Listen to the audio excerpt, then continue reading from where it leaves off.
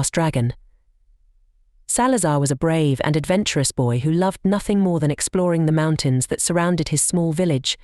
He had heard many stories about the legendary dragons that were said to live in the highest peaks, and he longed to see one for himself. One day, Salazar decided that he would set out to find a dragon.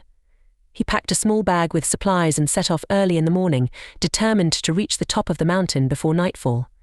He arrived at the base of the mountain and began to climb. As he climbed higher and higher, the air grew colder and the path grew steeper. But Salazar was determined, and he pressed on, eager to catch a glimpse of the mythical creatures. Minutes turned to hours as he climbed. Finally, as the sun began to set, Salazar reached the top of the mountain.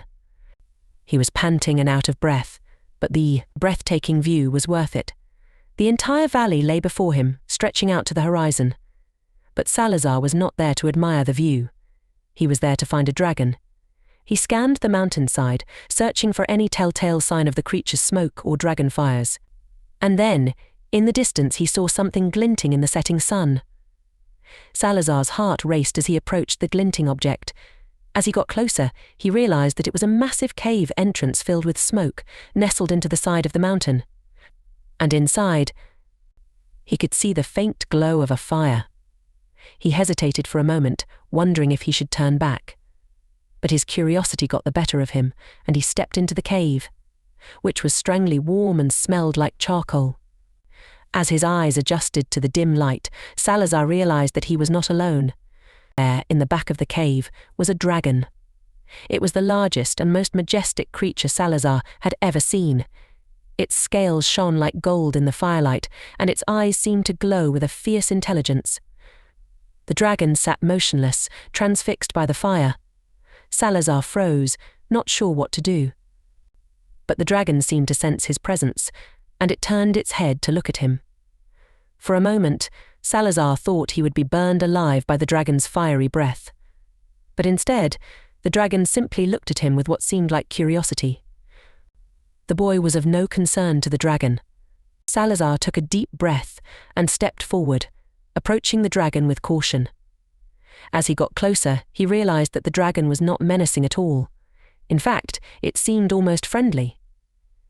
"Hello," Salazar said, his voice shaking slightly. "I'm Salazar. I'm not here to harm you." The dragon looked at him for a moment, and then let out a soft roar. Salazar wasn't sure what it meant, but he took it as a sign of approval. Cautiously optimistic, the brave boy opened up to the dragon. Over the next few days, Salazar and the dragon became fast friends. Salazar learned that the dragon's name was Ember, and that she had lived in the mountain cave for many years, all alone. Salazar was amazed that dragons could talk. Ember told Salazar about her life as a dragon, and how she had once roamed the skies with her kin. But as the years passed, the other dragons had disappeared, and Ember was the last of her kind. Salazar felt a deep sadness for Ember, and he vowed to be her friend for as long as he could. He spent his days exploring the mountain with Ember, discovering new wonders and marvels. Salazar learned that dragon didn't have to eat often, unlike him. Ember helped Salazar find suitable human food. As the days turned into weeks, Salazar realized that he didn't want to leave Ember. He loved her company and the adventures they shared. So, he decided to stay with her, in the mountain cave, for as long as she needed him. And so, Salazar and Ember lived happily in the mountain cave, exploring the world around them by day and returning home at night.